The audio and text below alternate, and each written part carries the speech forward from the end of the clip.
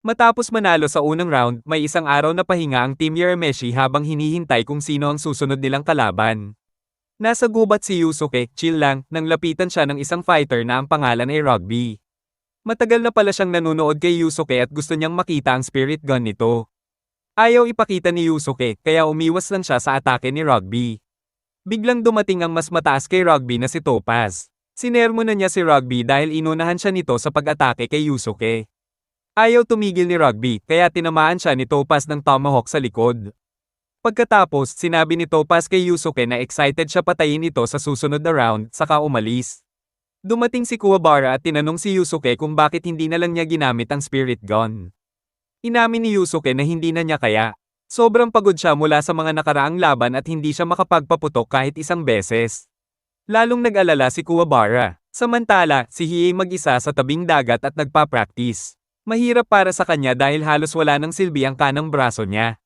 Kaya ang option niya ay gumamit ng espada gamit ang kaliwang kamay. Sa arena, lumalaban ng Team Ichigaki laban sa ibang grupo ng demonyo.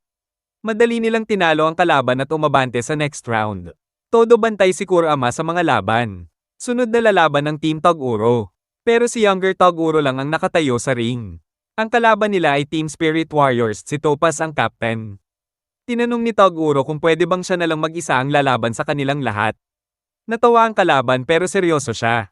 Nagtaka sila kung sino ang mauuna pero sinabi ni Toguro na sabay-sabay na sila. Sumugod ang buong team pero madaling tinapos ni Toguro ang lahat gamit lang ang 45% ng lakas niya. Bumalik sina Yusuke at Kuwabara sa hotel para alamin kung sino ang susunod nilang kalaban. Dahil hindi pantay ang bilang ng teams, isa sila sa dalawang team na kailangang dumaan sa 4 na rounds bago makarating sa finals. Napamura si Yusuke sa malas niya. Biglang nagsalita ang masked fighter. Nagulat si Kuwabara dahil akala niya si Genkai iyon na naka-disguise pero ang boses na narinig niya ay babae at hindi tunog matanda. Tiningnan ni Yusuke ang roster at nakita niya na ang susunod nilang kalaban ay ang delikadong Team Ichigaki. Nagsimula ang laban ng Team Ichigaki laban sa Team Urameshi. Dahil wala pa sina Kurama at Hiei, nagsuggest si Dr. Ichigaki ng 3-on-3 muna. Mukhang wala rin ang dalawa niyang ibang fighters, kaya pumayag si Yusuke. Pumasok sa ring sina Yusuke, Kuwabara, at ang masked fighter. Samantala, papunta sa ring sina Kurama at Hiei pero naharang sila ng dalawang lalaki. Ang isa mukhang panther o jaguar, ang isa naman parang python. Sumugod agad ang mukhang ahas pero mabilis siyang tinapos ng dalawa. Yung panther type mas madiskarte. Tinawag niya ang isang malaking robot na gawa ni Dr. Ichigaki. Halos puro makina ito at may kaunting parte na demonyo. Wala itong nararamdamang sakit. Sa ring, hirap sina Yusuke at Kuwabara laban sa tatlong kalaban. Sabay-sabay silang umatake sa isang tao gamit ang mabibigat na moves para hindi makabawi. Nakakascore ng ilang solid hits ang masked fighter pero hindi sapat para pabagsakin ang tatlo. Nagsimulang mag-compute si Dr. Ichigaki ng chance na manalo ang Team Urameshi. Lumabas na 99.95% talo sila at 0.05% lang ang chance manalo. Tuwang-tuwa siya habang pinapanood ang laban. Sa gubat, todo iwas sina Hiei at Kurama sa robot na may humahabang braso na may spike. Sinubukan ni Hiei tag-aim gamit ang espada pero walang effect. Na-corner siya sa puno ng malaking claw ng robot.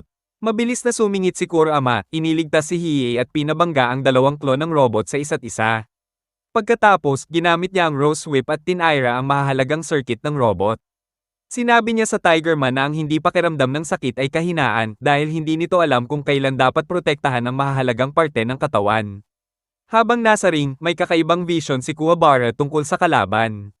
Bago sila magtrabaho kay Ichigaki, estudyante pala ang tatlong fighters ng isang malakas na master.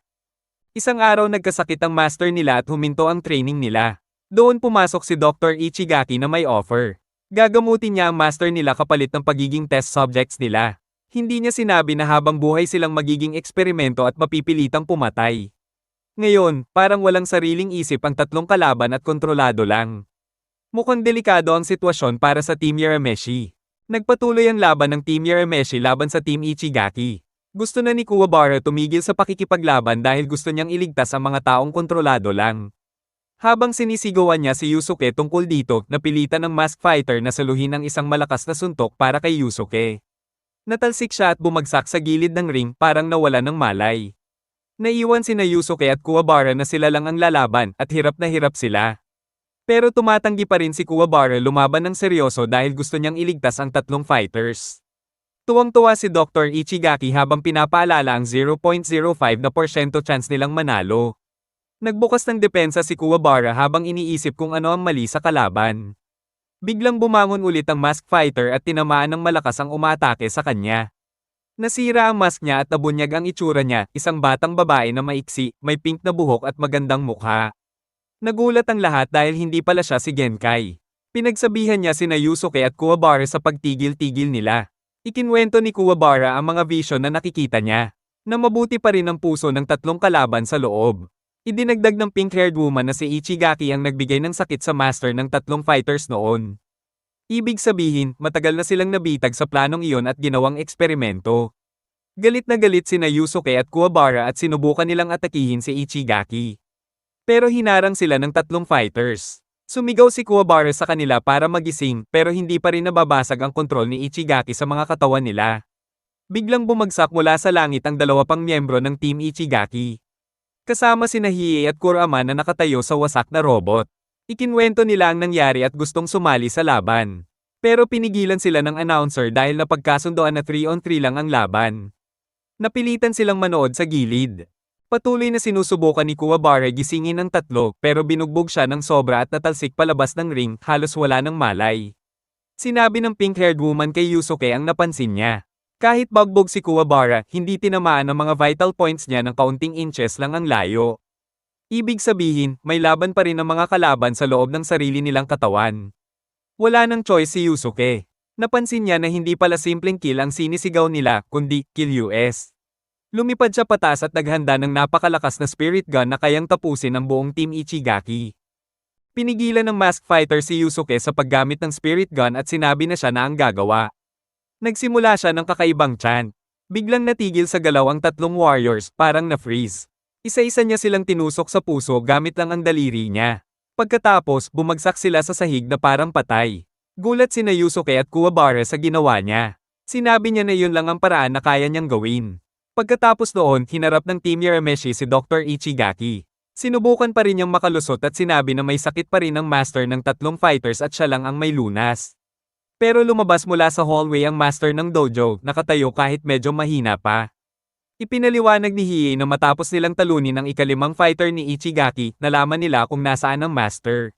Si Kurama naman ay gumawa ng gamot para sa maliit na sakit nito. Wala nang takas, tinurukan ni Ichigaki ang sarili niya ng kakaibang serum. Bigla siyang naging malaking halimaw na may humahabang mga braso. Inatake niya silang lahat. Nang gustong tapusin ni Hiei ang laban, sinabi ni Yusuke na siya na ang bahala. Binugbog niya si Ichigaki ng todo galit at sa huli binigyan niya ito ng malakas na uppercut na tumilapon hanggang sa stands. Tuluyan ng tapos ang Team Ichigaki. Panalo ang Team Urameshi sa second round. Pero hindi sila masaya agad.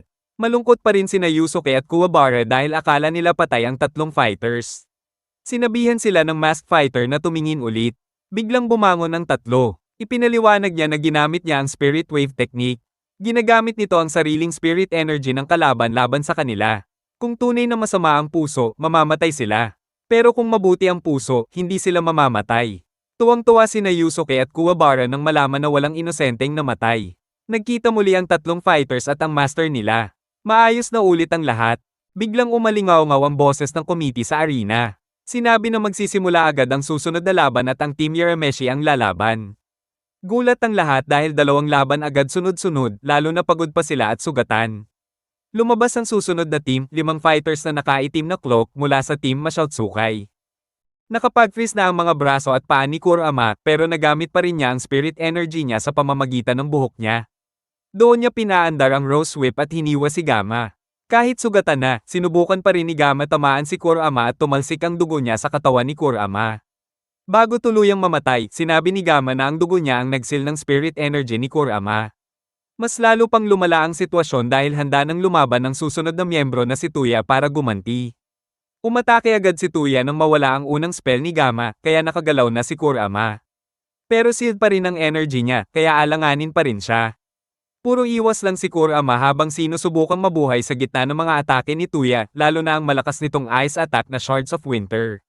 Napagtanto ni Kurama na pwede niyang gamitin ang sariling energy niya sa pamamagitan ng dugo niya. Pero kung gusto niyang maglabas ng sapat na lakas para talunin si Tuya, kailangan niyang maubos ang dugo niya.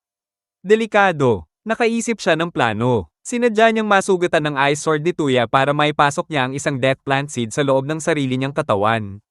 Gagawin niya itong sandata mula sa loob. Habang papatayin na sana siya ni Tuya, biglang sumibol ang Death Plant mula sa katawan ni Kurama at hiniwas si Tuya. Tapos ang laban. Humingi si Tuya na tapusin na siya, pero tumanggi si Kurama. Pero sobrang laki ng damage kay Kurama. Dahil sa matinding sugat, nawalan siya ng malay sa gitna ng ring. Gusto ni Yusuke na siya na ang sumunod lumaban dahil hindi na kaya ni Kurama. Pero sinuhulan ulit ng owner ng Team Masho ang committee. Dahil nakatayo pa raw si Kurama, kailangan pa rin niyang lumaban sa susunod na match.